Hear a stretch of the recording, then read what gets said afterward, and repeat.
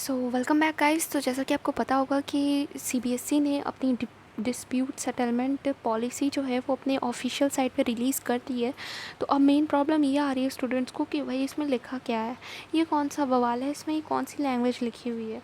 तो भाई ऐसा डरने की कोई बात नहीं है, इसमें जो भी लिखा हुआ है वो बहुत असल में बहुत इजी है, बट चूँकि सीबीएसई ने इसे रिलीज़ किया है तो भाई ऐसा तो दिखने ऊपर से दिखता तो ऐसा कॉम्प्लेक्स कोई नई बात नहीं है।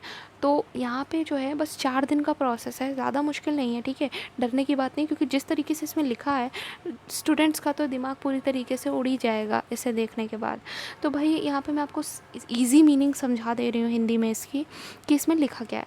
तो भाई देखिए, as per the direction given by the honourable Supreme Court of India in WP civil number, ये यहाँ पे लिखा है कि भाई एग्ज़ाम जो सुप्रीम कोर्ट ने जो डायरेक्शंस दी थी, यानी कि सुप्रीम कोर्ट की तरफ से जो जिस तरीके से पैटर्न जो मार्क्स देने का था वो वहाँ से जो अलाउ हुआ था उसके बेसिस पे जो है मार्क्स का टैबुलेशन किया गया है। ओके, तो 12th के मार्क्स जो हैं और 10th के मार्क्स उसके बेसिस पे दिए गए, यानी कि यहाँ पे 12th के मार्क्स में 40 और 30% का पैटर्न था, यानी कि 40% जो थी वो हमारा क्या कहते हैं प्री बोर्ड और प्रैक्टिकल के बेसिस पे था।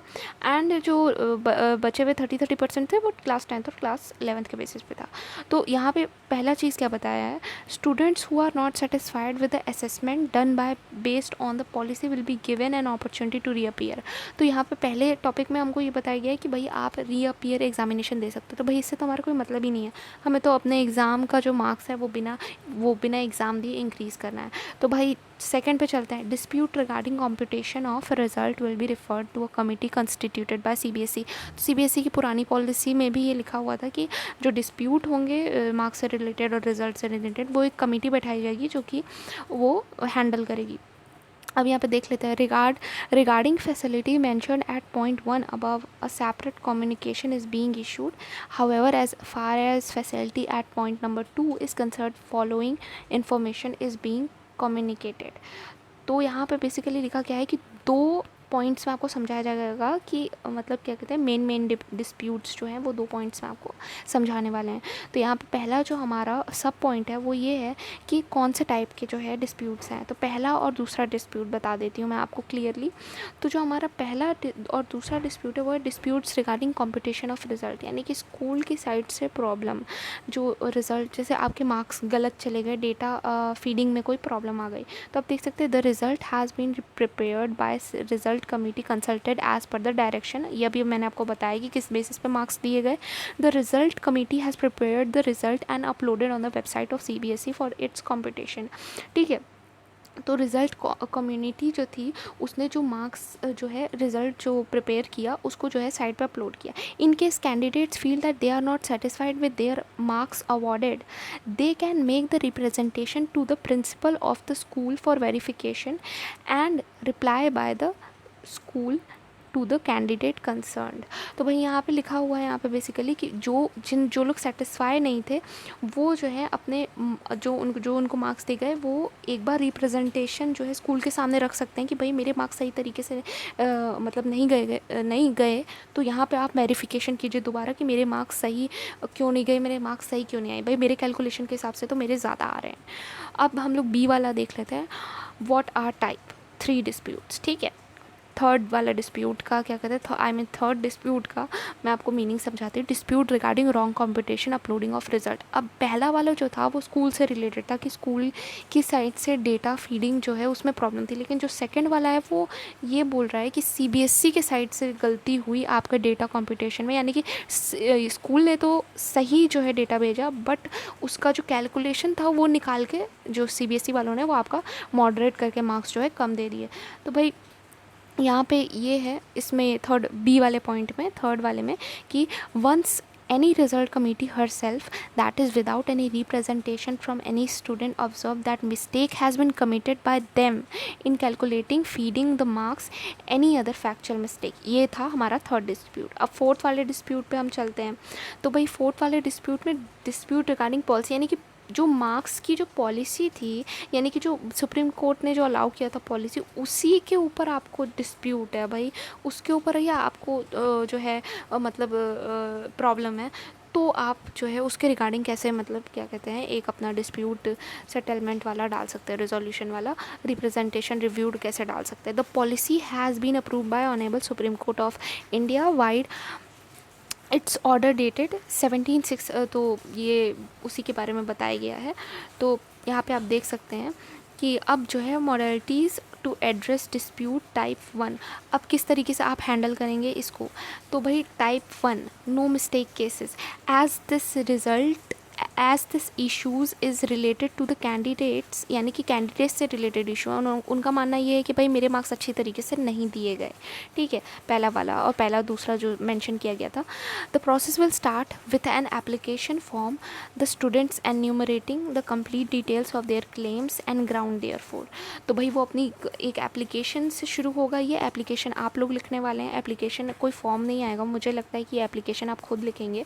एंड मैं आपको बता दूंगी इसके रिगार्डिंग पूरा कंप्लीट वीडियो मैं आपको बता दूंगी।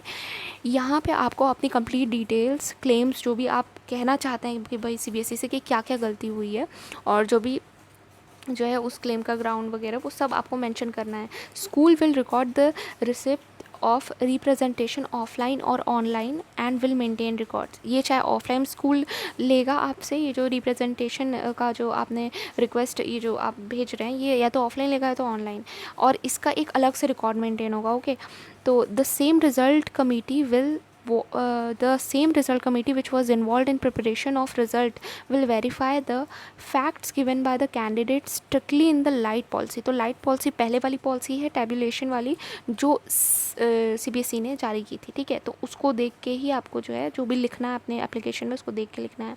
The committee will check all the records and rational document before deciding on the claim of the student. तो भाई वो सब कुछ रिकॉर्ड चेक करेगी, तो मेक श्योर कि आप वैलिड डेटा लिखते हो, कुछ भी जो है कुछ भी जो है इनलेजिटिमेट मत लिख देना, क्योंकि वैलिड डेटा ही लिखना, नहीं तो हो सकता है कि अपोजिट ही कोई स्टेप उठ जाए। तो देयर कुड बी, जो डी वाला है हमारा, there could be following 2 outcomes after verification of facts. तो ये पहले टाइप का मैं आपको बता रही हूँ, जिसका सब टाइप है ये। रिजल्ट डिक्लेयर्ड इज़ फाउंड, यानी कि रिजल्ट डिक्लेयर्ड इज़ करेक्ट, जो रिज़ल्ट था वो सही था सीबीएसई की साइड से, यानी कि आपका क्लेम गलत था। Result declared is not found correct, यानी कि सीबीएसई की साइड से गलती हुई, आपका जो आपने क्लेम किया वो सब सही था, ये है। In case result declaration is found correct, a reply will be send to the candidate concern that result committee after verifying the records has found that result declared is as per the policy and no mistake has been found, hence dispute is resolved। जो पहला वाला type 1 था, सब type था, result declared is found correct, तो यहाँ पे dispute आपका एंड अप हो गया। Okay, the school maintain complete record of all such cases received, इन सारे केसेस का स्कूल अलग से रिकॉर्ड बनाएगी। अब ये जो है हमारा डिस्प्यूट 2 को आप हैंडल कैसे करेंगे, एड्रेस कैसे करेंगे। तो यहाँ पे मिस्टेक केसेस, यानी कि सीबीएसई की साइड से जो मिस्टेक्स हुई थी वो, when mistake was absorbed by the result committee on receipt of representation from a student, result committee will inform the same to the principal of the school along with all the records and how the mistake occurred and what would have been the effect of the claim on the marks of the other student at the time of actual moderation submission marks at earlier stage। तो यहाँ पे जो है देखिए, ये committee की side से problem हुई, तो कमेटी अब प्रिंसिपल को बताएगी कि भाई क्या क्या मिस्टेक हुई, यानी कि क्या रिकॉर्ड रहा, क्या क्या रिकॉर्ड है और क्या मिस्टेक हुई, और जो एक्चुअल मॉडरेशन यानी कि एक्चुअल कंपटीशन हुआ था, जो पहला कंपटीशन हुआ था, उसमें क्या गलती हुई कि आपके मार्क्स में जो है दिक्कत आ गई, ठीक है। पहले क्या गलती हुई थी। The principal of the school, chairperson of the committee will mark the representation to the concern regional office, यानी कि आपके अपने स्टेट के रीजनल ऑफिस में, लाइक सपोज लखनऊ का रीजनल ऑफिस, लखनऊ का सीबीएसई का अलग होगा, लखनऊ का होगा वो, तो रीजनल ऑफिस में रिप्रेजेंटेशन ये डाल दी जाएगी। Now this dispute will become the type 2, ठीक है, अब ये टाइप 2 डिस्प्यूट बन जाएगा, ठीक है। The report of the school is respect of the report of the school in respect of type 2 cases will be dealt with in the confidential section at the regional office strictly in the light policy of, यही tabulation वाली policy जो थी उसको देखते हुए ये सारे claims जो हैं वो जो है मतलब क्या कहते हैं देखे जाएंगे, यानी कि उनको जो है उसको देखते हुए दिए जाएंगे। And the matter will be decided by RO यानी कि regional officer in the light of existing guidelines strictly in the light policy. तो यहाँ पे बार बार लाइट पॉलिसी वर्ड यूज़ करते हैं, तो मैं बता दूँ कि वो पॉलिसी है जिसके बेसिस पे हमें मार्क्स मिले हैं। Okay, tabulation policy. तो भाई आपको इसकी भी ज़रूरत पड़ेगी तो मैं इसके लिंक दे दूँगी। Necessary updations of the result tabulation sheet will be done by the regional office and a compilation of all such cases will be sent to the headquarter for updation of the result with recommendations। ठीक है, तो भाई जो result सही होंगे उनका जो है अपडेट होगा, वो उन सारे रिज़ल्ट्स को अपडेट किया जाएगा, जो मतलब जेन्युइन होंगे उनको जो है अपडेट किया जाएगा। ठीक है, the application of the school will be send to the regional office. इसके एक कॉन्फिडेंशियल जो है सेक्शन भी जो है मतलब होगा, यानी कि मतलब अरेंज करवाया जाएगा इन जो है मामलों को डील करने के लिए, और जो सही होंगे उनको जो है मार्क्स मिलेंगे। ठीक है, this application of the school will be send to the regional office through school request submission for resolution.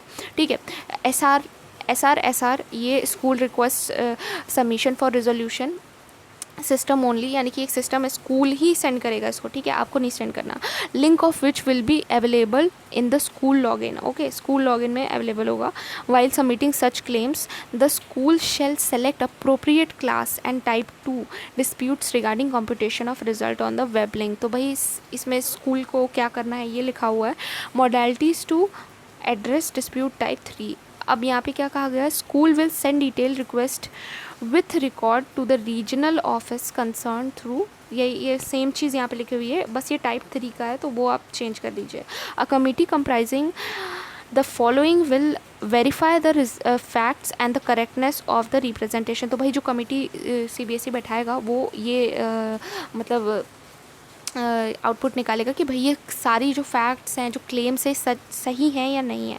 Deputy commissioner KVS NVS deputy director state education department और city coordinator assistant secretary CBSE principal KVS NVS principal of independent school, ये जो है इन सारी चीज़ों को तय करेंगे।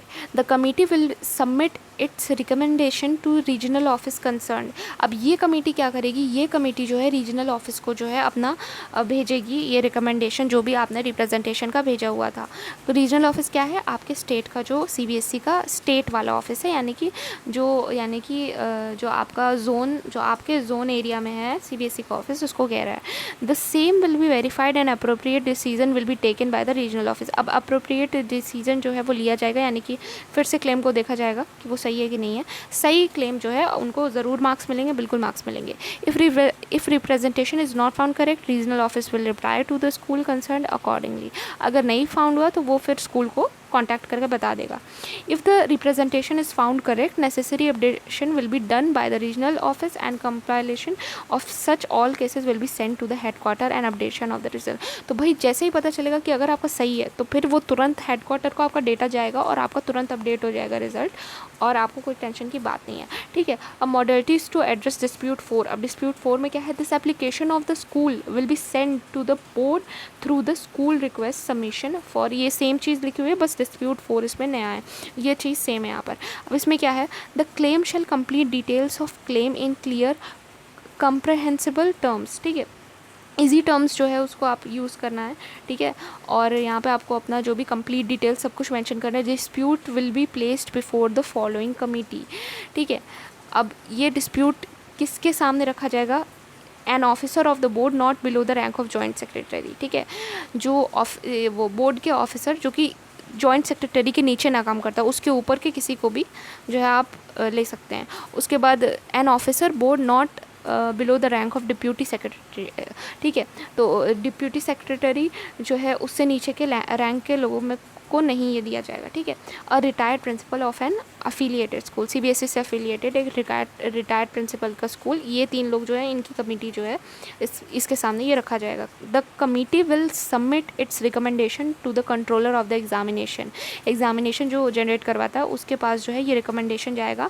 The same will be verified and appropriate decision will be taken by the controller of the examination. तो फिर से भाई ये वेरिफिकेशन होगा। ये जितना सुनने में लग रहा है कि हाँ भाई कितना कॉम्प्लेक्स है, भाई कितना कॉम्प्लिकेटेड है, ऐसा कुछ भी नहीं है। 4 दिन का प्रोसेस है, 2 मिनट में हो जाएगा।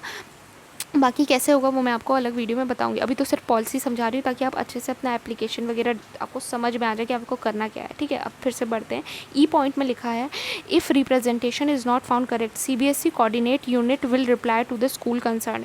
अगर ये रिप्रेजेंटेशन सही नहीं होगा तो फिर सीबीएसई कॉन्टैक्ट करेगा स्कूल को। If representation is found correct coordination unit HQ will take necessary further action. तो भाई जितना भी जो है मतलब नीडफुल चीज़ें होंगी वो करेंगे, ये सीबीएसई के हेडक्वार्टर वाले जो है HQ और वो सब करेंगे।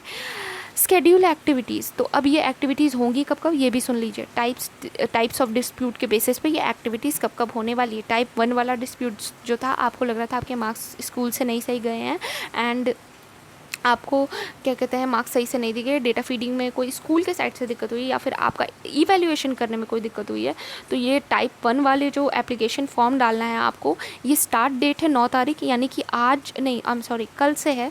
एंड कल से सीबीएसई का ऑफिस खुल जाएगा एंड 11 तक है, 11 तक है। तो भाई टाइम पीरियड तो यहाँ पे थोड़ा सा डालने का कम रखा गया बिकॉज आप ही का उसमें फ़ायदा है, बिकॉज आपको यूनिवर्सिटी एंड कई लोग को 11th में एडमिशन करवाना है।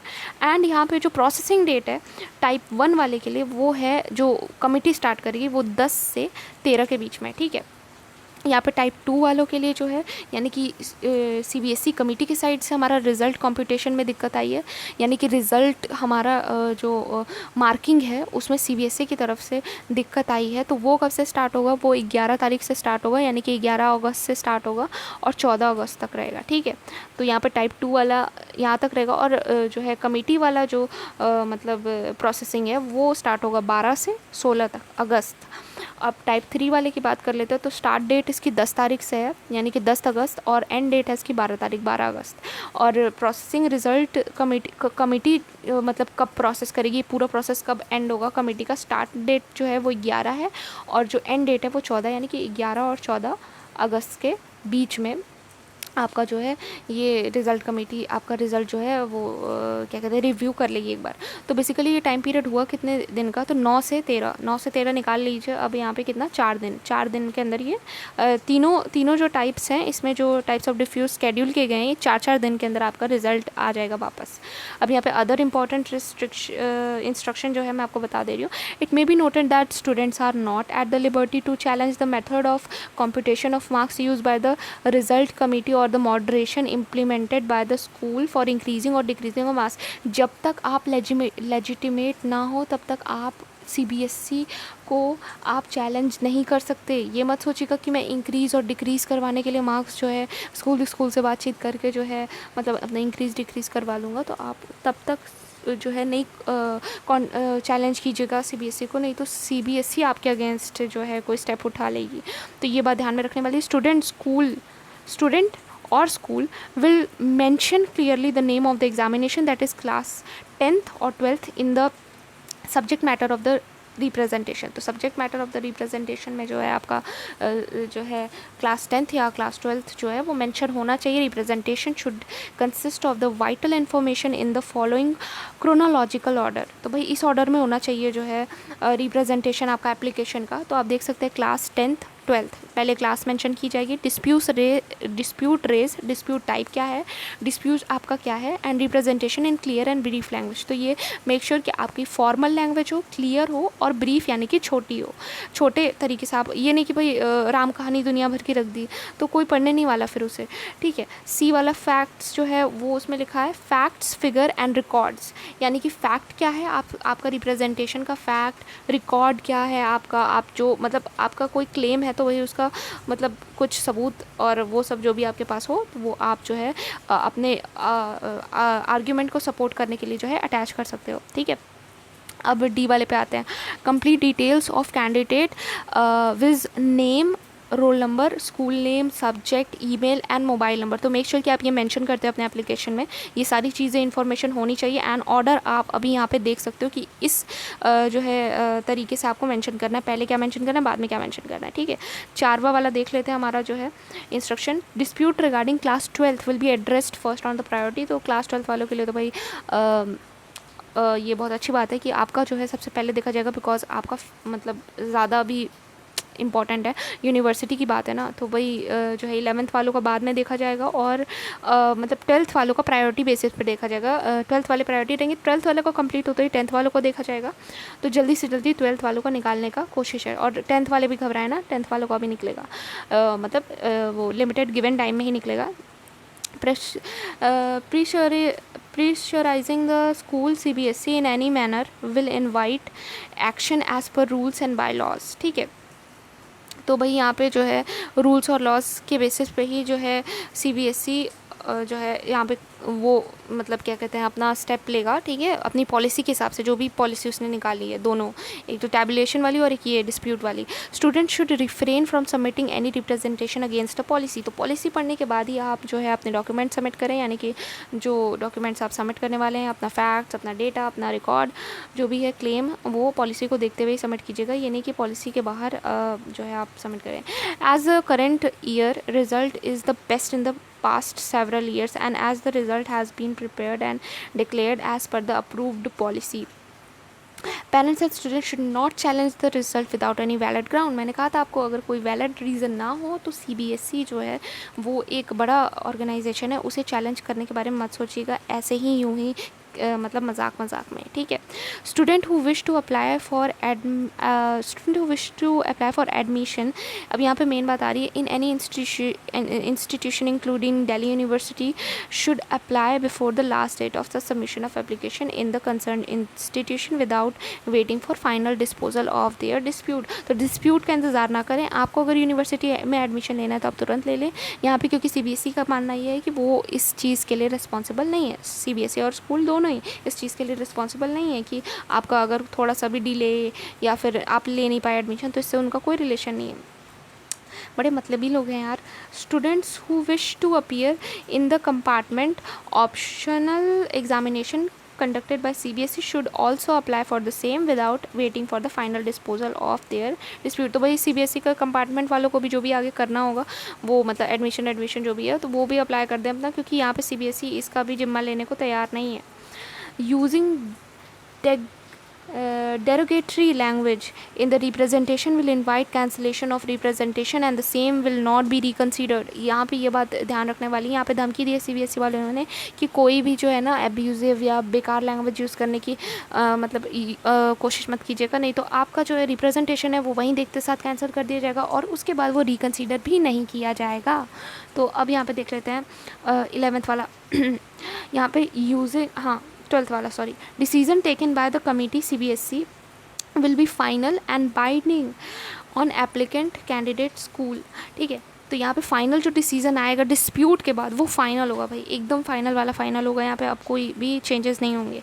All the communication send to CBSE earlier will not be considered. And यहाँ पे आप जो जैसे आप डेटा रिकॉर्ड्स और वहाँ पे जो है आपका फैक्ट्स भेजने को आता है, तो फैक्ट्स में आप CBSE के पहले भेजे हुए ईमेल्स या वो सब मेंशन नहीं कर सकते। यहाँ पे साफ साफ लिखा हुआ है कि भाई ये देखिए मैंने ये ईमेल भेजा था, इन्होंने कोई रिस्पॉन्स नहीं दिया, ये सब। All concerned will be required to make the representation again by following the instruction given in this notification. तो भाई ये जो आप देख सकते हैं, ये जो यहाँ पे सर्कुलर जारी हुआ है, इस सर्कुलर से के बेसिस पे ही आप जो है अपनी इन्फॉर्मेशन देखेंगे, अच्छे से पढ़ेंगे, यानी कि मैंने जैसा कि आपको बता दिया, इसके बेसिस पे ही आप जो है रिप्रेजेंटेशन भरेंगे। अगर इससे कुछ भी मतलब नहीं मतलब इस चीज़ को, कोई भी चीज़ इसमें लिखी हुई चीज़ को काटता हुआ होगा तो आपका कैंसिल हो जाएगा रिप्रेजेंटेशन रिव्यू वाला जो फॉर्म होगा।